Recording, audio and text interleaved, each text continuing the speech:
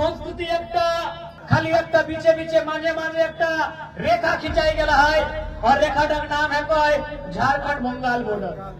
तो बंगाले राज्य टीएमसी सरकार है और केंद्र बीजेपी सरकार है और इतियो सरकार एक लड़ाई झगड़ा कोई ना कोई आज हमारा जे मूल मुद्दा बेसिक नीड ओगला के हमारा धीरे धीरे साइड করে দেলাই। বাংলার অসহায় মানুষদের জন্য আমার লড়াই এবং আমি পূর্ণ আশাবাদী যে আমি যেহেতু টাইগার জয়রাম মাহাতোর জেল ক্যাম্প দলের অংশগ্রহণ করেছি এবং संग्रामी नेता साथे आची। नमस्कार, जोहार। आप देख रहे हैं न्यूज। मैं हूं निशा मिश्रा आपके साथ।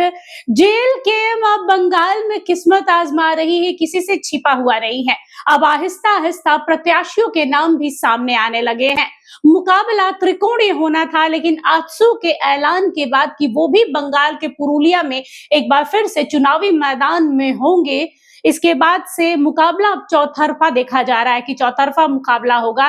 लेकिन हम फिर भी बात करेंगे त्रिकोणीय मुकाबले की, क्योंकि जिस हिसाब से आजसू ने अपना रेपुटेशन वहां बनाया है, रेस में दूर दूर तक नजर नहीं आ रही है। लेकिन चमत्कार हो सकता है कि इस बार आजसू की किस्मत जाग जाए। लेकिन इस वक्त हम बात करेंगे जेल कैंप की। जेल कैंप सुप्रीमो जयराम महतो ने एक सोशल मीडिया पर पोस्ट डाला है, जहां पर उन्होंने पुरुलिया के 2 विधानसभा सीटों के प्रत्याशियों के नाम की घोषणा की है।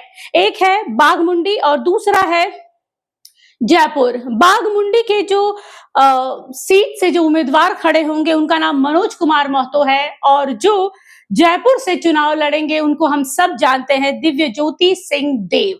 আমি একজন জেল ক্যাম্পের সদস্য। আজ কিছু গুরুত্বপূর্ণ বার্তা আপনাদের শেয়ার করতে চাই, তাই আজকে আমি ফেসবুক লাইভে এসেছি। আপনাদের প্রত্যেকের সমস্যার কথাই তুলে ধরা আমার প্রধান লক্ষ্য এবং কর্তব্য। যেসব মানুষেরা ছোট ছোট বহু সমস্যার সম্মুখীন হচ্ছেন, তাদের সমস্যার কথা তুলে ধরা আমার কর্তব্য। ছোট থেকে মাঝারি থেকে বড় বিভিন্ন ধরনের সমস্যা মানুষ যারা ভুগছেন তাদের সমস্যার কথা তুলে ধরা আমাদের কর্তব্য। এবং যারা খুব কষ্টে দিন রাত কাটাচ্ছেন এবং নিজের অধিকার তারা পাচ্ছেন না, তাদের জন্য আমার লড়াই। বাংলার অসহায় মানুষদের জন্য আমার লড়াই। আপনারা প্রত্যেকেই জানেন যে টাইগার জয়রাম মাহাতোর জেল ক্যাম্পের দলে আমি অংশগ্রহণ করেছি এবং তুলিনের ময়দানে আমি তার হাতে জেল ক্যাম্পের পতাকা তুলে ধরেছি। তাই জয়রাম মাহাতো যেরকম সংগ্রামী নেতা, লড়াকু নেতা, সাহসী নেতা, তিনি একটা ক্ষুদ্র খুব অসহায় গরিব পরিবার থেকে তিনি লালন পালন হয়ে সংগ্रामेर माध्यमे তিনি उठे एसेছেন। बता दें कि ये वही दिव्य ज्योति सिंह देव हैं जो इससे पहले भी निर्दलीय जयपुर से चुनाव लड़ चुके हैं और अपने दम पर 35,000 वोट लेकर आए थे। बता दें कि देखिए, बंगाल का जो डेमोग्राफ है और उस हिसाब से जो वहां की राजनीति है वो एकदम झारखंड से इतर है। झारखंड में जैसे कभी भी कोई किसी की पार्टी में चला जाता है, कभी कोई किसी का घटक दल बन जाता है, कोई किसी का सॉफ्ट कॉर्नर आता है, कभी कोई दुश्मन बन जाते हैं। जो कभी जेल के आजसू दोस्त हुआ करते थे, आज एक दूसरे को देखना नहीं मांगते हैं। जो कभी भाजपा के घटक दल हुआ करते थे, वो आज उनका मुंह नहीं देखना चाह रहे हैं। तो बात यही है कि आज बीजेपी और आजसू को ही देख लीजिए, बीजेपी ने आजसू को तवज्जो तक नहीं दिया बंगाल में। तो यहाँ का अलग हाल है, बंगाल का अलग है। बंगाल को राजनीति की जननी कहा जाता है। वहां से बड़े बड़े राजनेता पैदा हुए हैं और जिसने वहां की राजनीति को पकड़ ली ना, यकीन मानिए उसे भारतवर्ष में कहीं भी चुनाव लड़ने में दिक्कतों का सामना नहीं करना पड़ेगा, क्योंकि बंगाल की वो माटी, वो पानी, वो गंगा जो है हुगली, वो इस हिसाब से आपको बड़ा करती है ना कि आपके रोम रोम में राजनीति होता है। बंगाल में जेल गेम गया है। कल भी बताया था कि जयराम के पास खोने के लिए कुछ भी नहीं है, पाने के लिए बहुत कुछ है।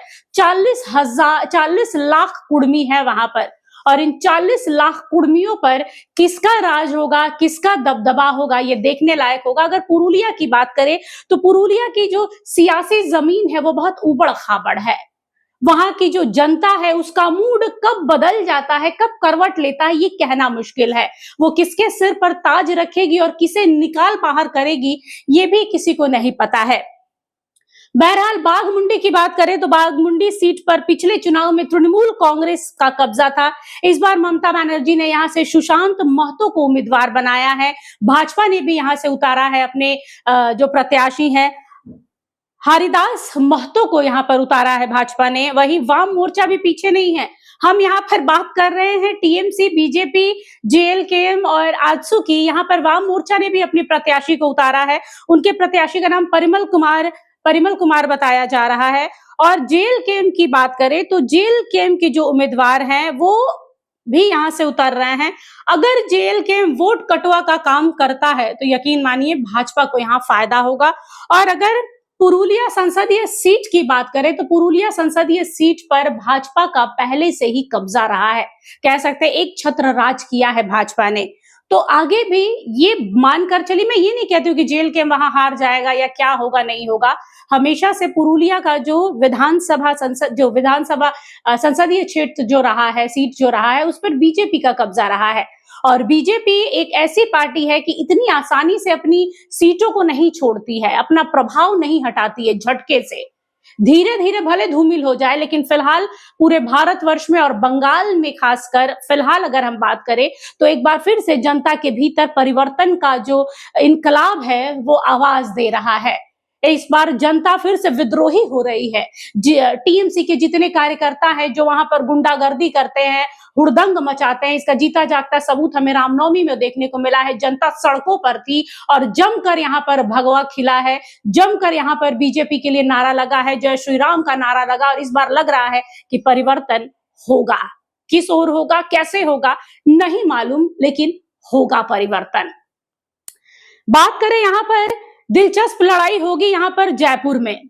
पुरुलिया के जिले की जयपुर विधानसभा सीट पर पिछली बार भाजपा के नरहरि महतो विजयी हुए थे, लेकिन इस बार बीजेपी ने उन्हें मौका ही नहीं दिया है, प्रत्याशी ही बदल दिया है। नरहरि की जगह विश्वजीत महतो को दिया है, जिनके पिता को फिलहाल कुर्मी समाज धोखा देने वाला कह रहा है कि भाई उनकी वजह से रेल टेका हुआ था और वही आज निकलकर भाजपा में जाकर शामिल हो गए हैं और उनके बेटे को इसीलिए सीट मिला है। तो विश्वजीत महतो को यहाँ पर मिला है। टीएमसी की बात करें तो टीएमसी अर्जुन महतो पर दाव लगा रही है और जयराम की जो पार्टी है वो दिव्य ज्योति सिंह देव पर बाजी खेलने के लिए तैयार है। यहाँ लगता है कि जयराम को थोड़ा सा मेहनत करना होगा। मैंने कहा ना कि बंगाल की धरती वो है कि आपको राजनीति में आने के लिए मशक्कत जरूर करवाएगी, लेकिन एक बार आप यहाँ आ गए ना तो यहां से आप कहीं जा नहीं पाएंगे। और वही कारण है कि जयराम को थोड़ी मशक्कत करनी पड़ेगी, क्योंकि उनसे भी बड़े बड़े धुरंधर और दिग्गज मैदान में पहले से है। एक और सुप्रीमो है टीएमसी की और सीएम है उस राज्य की ममता बनर्जी, दूसरी ओर शुभेंदु अधिकारी हैं, तीसरी ओर आपके आजसू सुप्रीमो रहेंगे, वाम मोर्चा रहेगा। तो इस बार दिग्गजों से लड़ाई है जयराम की।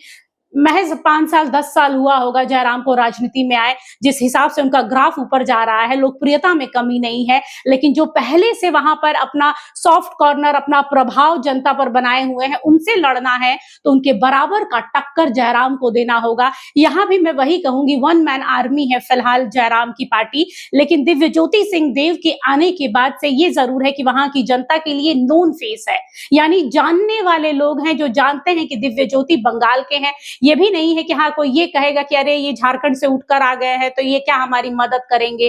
कई बार बंगाल में ऐसे लोगों को मौका मिला, इरफान पठान के जो भाई हैं यूसुफ पठान, लोकसभा के दौरान उन्हें मौका मिला था जबकि वो जीत कर भी गए थे। आज अगर वहां की जनता को कोई जरूरत पड़ेगी तो वो कहां से आएंगे ये नहीं पता है, लेकिन दिव्य ज्योति सिंह बंगाल के हैं और काफी नून फेस है। जो इंसान निर्दलीय खड़े होकर यहाँ पर 35,000 वोट ला सकता है, तो जरा सोचिए कि जेल कैंप का सपोर्ट अगर उसे मिलता है, जयराम का उसे सपोर्ट मिलता है, तो वो कितना कामयाब होगा।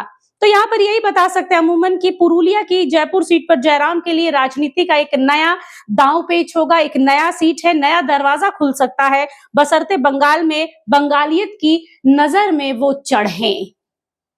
जयराम का जलवा जिस हिसाब से झारखंड में देखने को मिल रहा है, झारखंडियों पर देखने को मिल रहा है, वही जलवा उन्हें बंगाल के पुरुलिया में बिखेरना है।